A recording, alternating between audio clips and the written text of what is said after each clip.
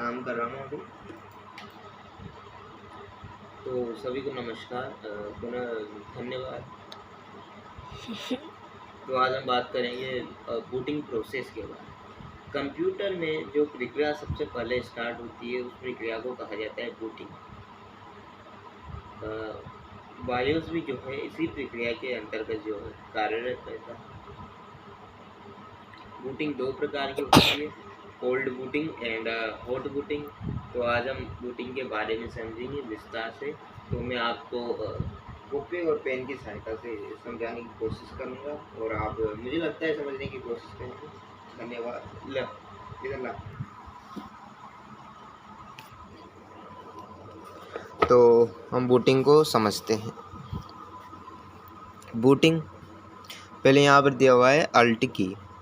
Windows के सभी menu सक्रिय करने के लिए जो है अल्ट की का भी यूज़ किया जाता है। विंडो का कोई भी सभी मेन्यू यदि हमको सक्रिय करना है तो उसके लिए अपन को अल्ट दबाना पड़ेगा और मेन्यू का प्रथम ऑप्शन हाईलाइट हो जाता है और सभी मेन्यू सक्रिय हो जाएंगे और विंडो का जो प्रथम ऑप्शन होगा वो हाईलाइट हो जाएगा। अब स्टार्ट करते हैं अपन बूटिंग। यूज़र द्वारा कंप्यूटर को स्विच ऑन करने पर ऑपरेटिंग सिस्टम में किसमें यूज़र जब स्विच ऑन करेगा, जैसे ये लैपटॉप है तो इसका अपने स्विच ऑन किया तो जो प्रक्रिया ऑपरेटिंग सिस्टम में, इसका जो ऑपरेटिंग सिस्टम है उसमें जो प्रक्रिया सबसे पहले स्टार्ट होगी, प्रक्रिया सबसे पहले स्टार्ट होगी या फिर क्रियान्वित होगी, उसे बूटिंग कहा जाता है। यह प्रक्रिया यूज़र द्वारा दी गई कमांड लेने तक समाप्त हो जाती है।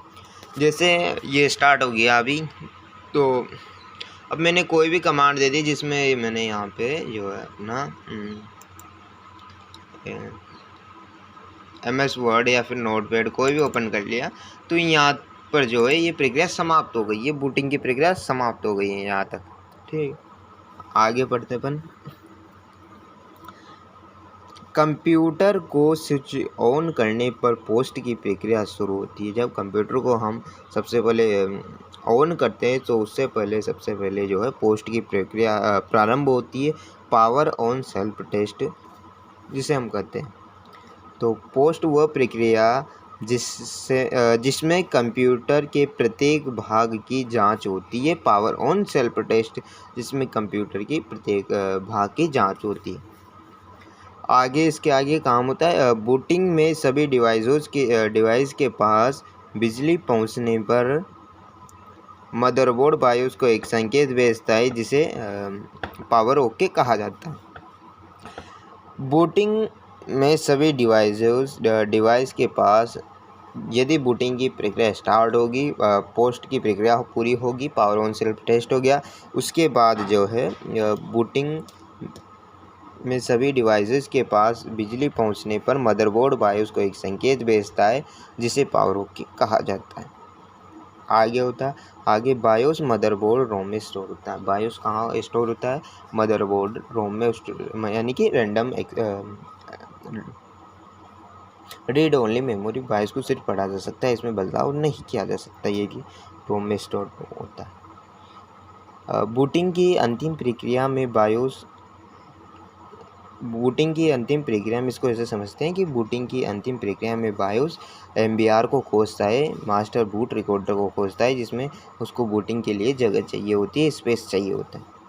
अब इसको पढ़ते हैं। बूटिंग की अंतिम प्रक्रिया में बायोस 512 बाइट्स की इमेज जिसे MBR मास्टर बूट रिकॉर्डर कहा जाता है, हार्ड डिस्क या फिर फ्लॉपी डिस्क से बूट सेक्टर, मतलब यदि हार्ड डिस्क है तो हार्ड डिस्क से बूट सेक्टर खोजेगा, स्थान खोजेगा बूटिंग के लिए, या फिर फ्लॉपी डिस्क से स्थान खोजेगा जो बूटिंग के लिए यूज़ में लिया जाएगा, उसे खोजता है। उसके बाद में जब पावर ओके का सेल्फ टेस्ट हो जाता है तो उसके बाद में बूटिंग में ये MBR खोजने की प्रक्रिया प्रारंभ होती है। आगे समझते हैं। बूट डिवाइसेस की प्राथमिकता यूज़र द्वारा बायोस की सेटिंग में निर्धारित की जाती है। बूट डिवाइसेस की जो प्राथमिकता है वो यूज़र द्वारा बायोस की सेटिंग में निर्धारित की जाती है। यदि बायोस वैलिड बूट सेक्टर प्राप्त करने में विफल हो जाता है, बायोस को वैलिड बूट सेक्टर नहीं मिलता है, तो इसका क्रियान्वयन एग्जीक्यूशन बंद हो जाता है। यदि इसको वैलिड जो है बूट सेक्टर नहीं मिलता है तो इसका एग्जीक्यूशन जो होता है, वो क्रियान्वयन जो होता है वो बंद हो जाता है और एक त्रुटि संदेश भेजता है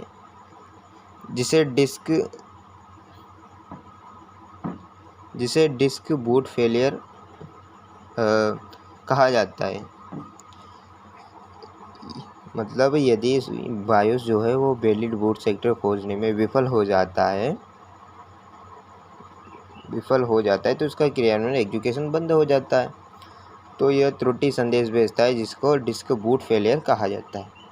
आगे मेमोरी में ऑपरेटिंग सिस्टम लोड और क्रियान्वित करने की जिम्मेदारी बूट सेक्टर की होती है।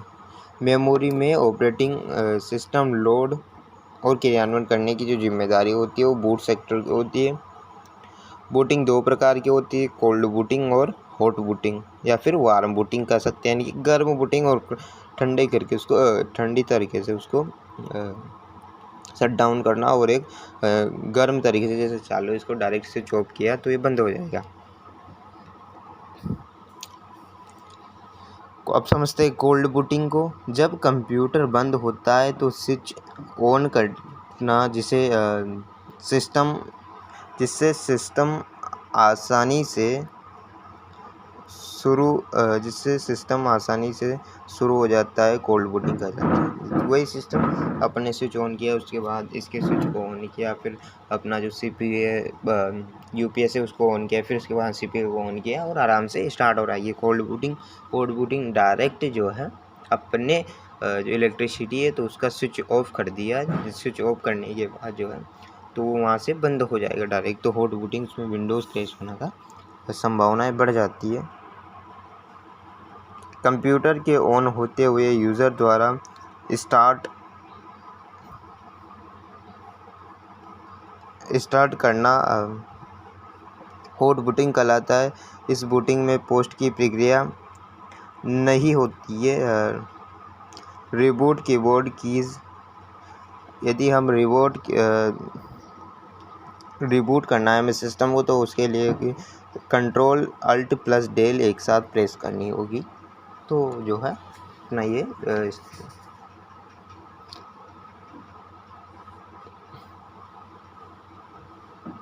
तो अपनी रिबूट कीज़ होगी। आगे अपना पोस्ट की फुल फॉर्म होगी power on self test and MBR master boot recorder. तो आशा है कि आपको ये वीडियो पसंद आया होगा। पसंद आए तो इसे पढ़िएगा ज़रूर, और मैं यहाँ पर इसे सही तरीके से लेके दिखा रहा हूँ जिससे आप इसको पढ़ सकते हो, लास्ट में जाके देख सकते हो, और इसको जो है वीडियो को पॉज करके आप इसको लिख सकते हो, देख सकते हो नोट्स को। ये देखिए, यहाँ से आप पॉज कर सकते हो और उसके बाद इसको लिख सकते हो। ये मैंने एक पेज में बहुत ही अच्छे तरीके से बूटिंग प्रोसेस को समझाने की कोशिश की है। अगर आपको समझ में आए तो लाइक कीजिएगा, सब्सक्राइब कीजिएगा चैनल को एंड बेल आइकन को प्रेस कीजिएगा। तो मैं जितना भी हो सकेगा पूरी रिसर्च के साथ सभी बुक्स का, मेरे पास इतनी बुक्स पड़ी हुई हैं, इन सभी बुक्स का जो है पढ़ता हूँ, उसके बाद सभी का एनालिसिस करता हूँ, और जिसमें जो टॉपिक मोस्ट इम्पोर्टेंट होता है और जो सही होता है उन सभी टॉपिक्स को लिखता हूँ, और इस प्रकार से नोट्स बना के आप तक पहुँचाने की कोशिश करूँगा। तो ये मेरा फर्स्ट वीडियो है चैनल पे, तो अगर आपको अच्छा लगे तो बहुत बहुत धन्यवाद। आगे भी आइएगा और इस प्रकार से लाभ पाइएगा। धन्यवाद, थैंक यू। अभी ये मेरा फर्स्ट वीडियो, अगर कोई गलती हुई तो आई एम सॉरी, बट मुझे लगता है इसमें समझाने में कोई गलती नहीं हुई। जो भी गलती हुई है मेरा इंट्रोडक्शन इत्यादि में हुई हो तो उसका कोई इतना इफ़ेक्ट नहीं पड़ता। ठीक है, धन्यवाद, ओके।